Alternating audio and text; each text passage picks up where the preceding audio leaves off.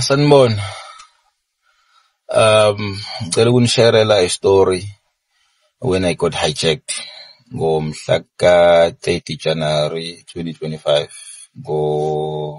Last time in Chicks Cut it was 6:25. Yeah, on my way from work. I think I night shift exen.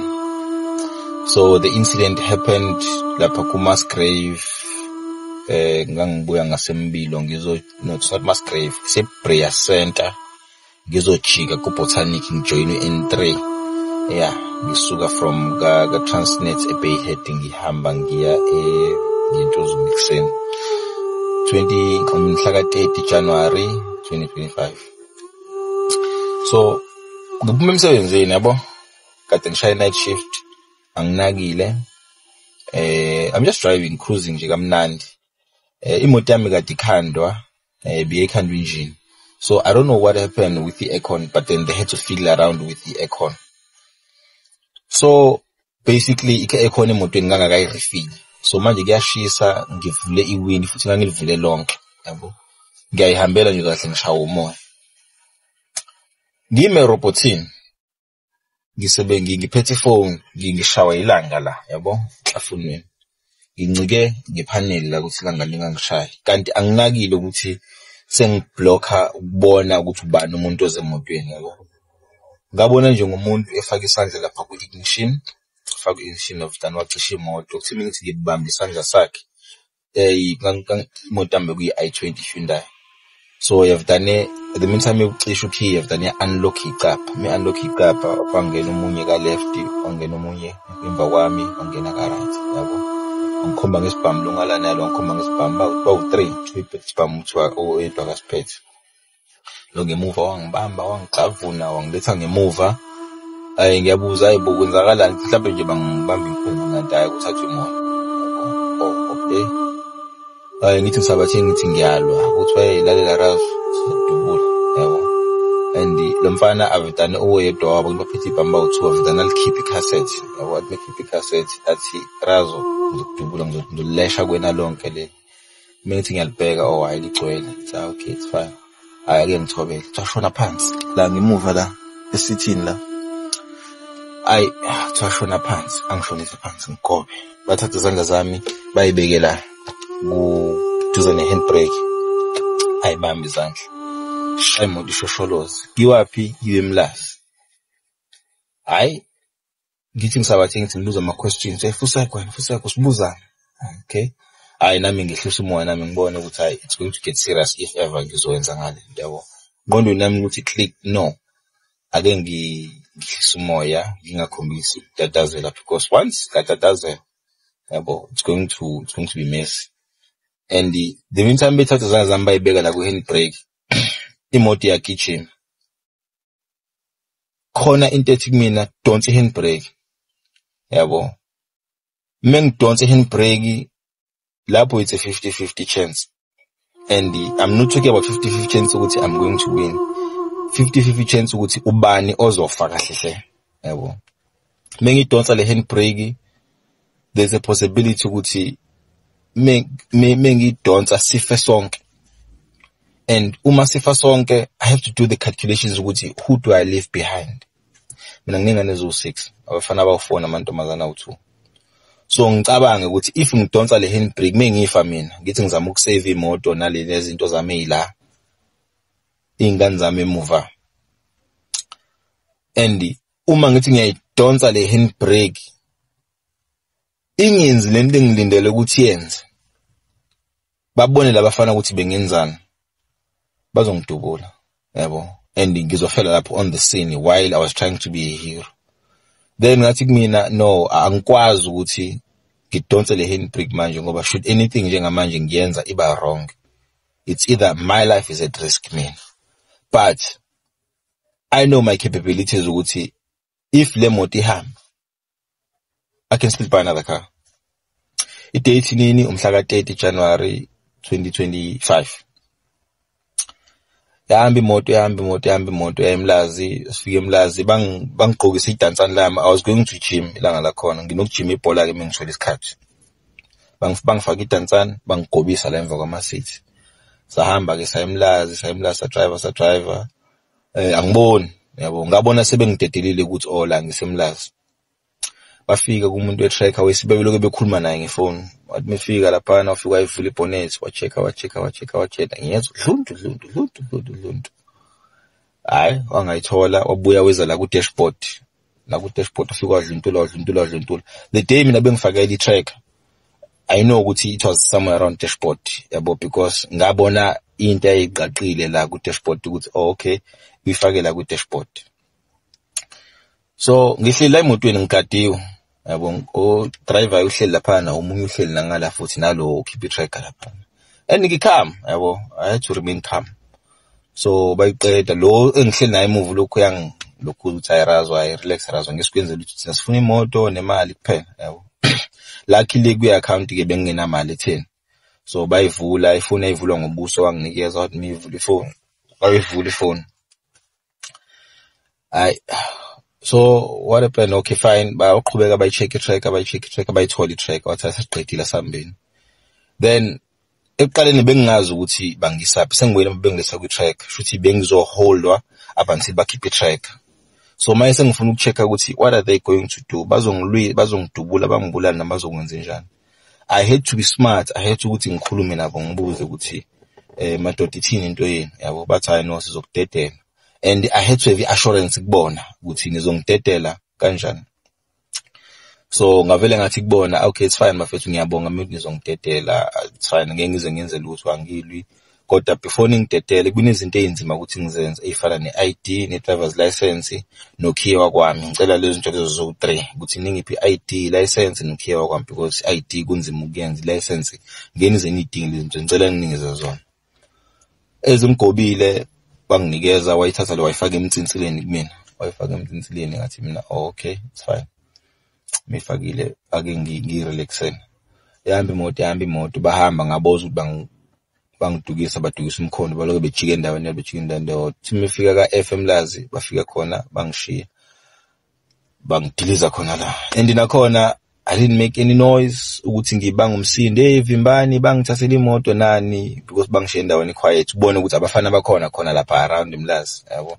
Itsila abafana bakhona noma abafana basebenzela khona eMlazi bawenza khona udoti, because they knew ukuthi laphana ku quiet, yabo. So bangishiya ngangena komunye umuzi, ngafike nje ngicela ukuhlala phansi, ngihamba ngeinyawo, ngathi ngicela ningisize la, ningifonise, bangithathela imoto abafana, bangidropa manje lana. Ngafonela emsebenzini, ngayiguglisha inamba yakhona because bengingayazi, it's a big company yaziwayo. Ngayiguglisha ngayithola, ngafona ukuthi hayi ngusibani, I'm one of your drivers, ngicela ningifonela back, ifoni yami ilahlekile, nifone kuyona le number. Bafona back, I had to explain the situation ukuthi sekwenzeka ukuthi ngicela ningisize ningixhumanise nabantu aba-around laphana abasemsebenzini engisebenza nabo, ngicela bezongipick up because la ngikhona anginamali, anginafoni, anginayicathulo, yabo. So yeah, bangilokhuza ke, beza bangilokhuza, bafike bangithatha abafowethu, sahamba saya police station, safika police station, safika savula icase, beqeda lapho bambongishiya ekhaya, yabo. Yeah, so that's what happened, being hijack. But ke all in all, umunye umuntu angathi mhlambe ngaba igwala, yabo. Maybe I was weak, mhlambe kufanele ngidonse handbrake, yabo, ukuthi into yami ingalahleki, yabo. But kule whole process leyana of I would say it's kidnapping, because ukuthatha umuntu without permission or agreement, it's kidnapping, yabo. But it's funny indoda endala njengami kidnap, but kwenzeka ke. So kule whole kidnapping process and stuff, I had a lot to say, and I had a lot to think about, yabo, to consider kuyona le movement from le prayer ngiya endlini, ngihambe ngiya siya eMlazi beyokhipha itracker laphana. I had a lot of thinking. I had to fight mentally ukuthi if ngidonsa lento kemoto, it's a win or lose situation. It's either I can die, noma bafela bafana, noma kungafi umuntu lana, kungenzeki lutho, what's going to happen, yabo. I had to ukuthi ngiconsiderishe izingane zami, ngicabanga ukuthi mina mengifa njengamanje izingane zizoba yintandani izingane zami, yabo. So I had to do a lot of fighting, mental fighting, nabo labafana, and I had to keep my calm, accept ukuthi imoto yami iyahamba. And ima-endure kusimoto yokuqala, mhlawumbe imoto yesi-9 ngiba nayo empilweni, yabo. So enhlizweni yami ngathi mina no, angikwazi ukuthi ngingalwela imoto nefone nemali ngibe ngisebenza. Obviously into esazokwazi ukuthi ngiphinde ngiyithenge futhi, yabo. So yeah, ngayidedela kanjalo yahamba imoto. Ngithola ngisho impama, ngithola ngisho isitembu esisodwa emhlane, yabo. I had to incorporate into yami, ngibanjwa yintwana, mhlambe intwana ezingibamba zazi around like 20, 24, 25, mhlawumbe umuntu omdala wena 27 ikubona. Kwakuyintwana ezazingibamba, yabo. And the funny part is in the whole process belokhu kuthiwa marazo, yabo. So ngisho noma ngithuka kuthiwa marazo uyasidakelwa ngithukwa kodwa, yabo. So yeah, so that's what happened. Bengithathela abafana imoto, angilwanga ngavele nje ngabadedela, yabo. But the good part about it ukuthi the good and sad part ukuthi kona it was hard bese ngidilikile emotweni buthi okay fine, I've lost imoto, finally manje ngibuyele ngihambe ngama-taxi, yabo. But the good part about that ukuthi I am proud of ukubakhamu kwami, ngokubakhamu kwami kunginikeze more days to live, yabo. Ngiyaphila njengamanje, ingane zami zisanayo ubaba. Angisho ukuthi ngiphila ngoba kuyintando yami, ngiphila ngoba kuyintando kaNkulunkulu ukuthi yena ongigcinile kuloba mzima lobuyena engafacer. Ngisaba nayo leya trauma kuyona, but I'm strong, I know. Ngiya overcome day by day. The meantime I talk about it, iyehla kimi, yabo. And what makes it the most ukuthi bayithatha leya moto, but after 25 days bayithathile leya moto, uNkulunkulu waphindwa ngipha amandla ukuthi ngithenge iyona lengihleli kuyona njengamanje, yabo.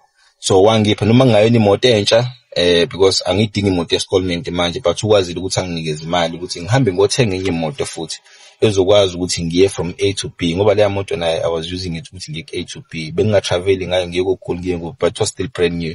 So nayo le uNkulunkulu ngibusisile nje nayi ikhona, akukho la engingayikhona ngayo, inhle, it's still fresh, it's still clean nayi iyele, yabo. So it's just ukuthi fanele ukuthi ngilungise nje izinto ezincane, but ke sekunalento engqondweni yami ukuthi if ever ngalwa ngaloya date, ngalwela leya moto leyana, ngibe ngizazi ukuthi nginawo amandla ukuthi ngiphinde ngithenge enye futhi, yabo.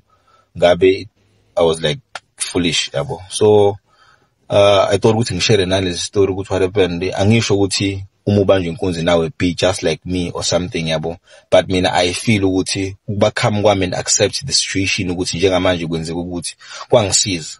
Ngisaphila mina today. Ngine testimony mina ukuthi this is what happened ngalo date mina ngibanjwe inkunzi. I had to remain calm. Ngibuze nifunane, bathi sifuna imoto, sifuna imali, sifuna ifone. So I'm a cooperator. Ngesize sikulwise ngathi it's fine, angibanikeze le nto, ngiyasebenza, ngizophinda ngikwazi ukuyithenga. So to whom it may concern lapho ngaphandle, this is a living testimony kumina ukuthi mina was hijacked manje ngoJanuary.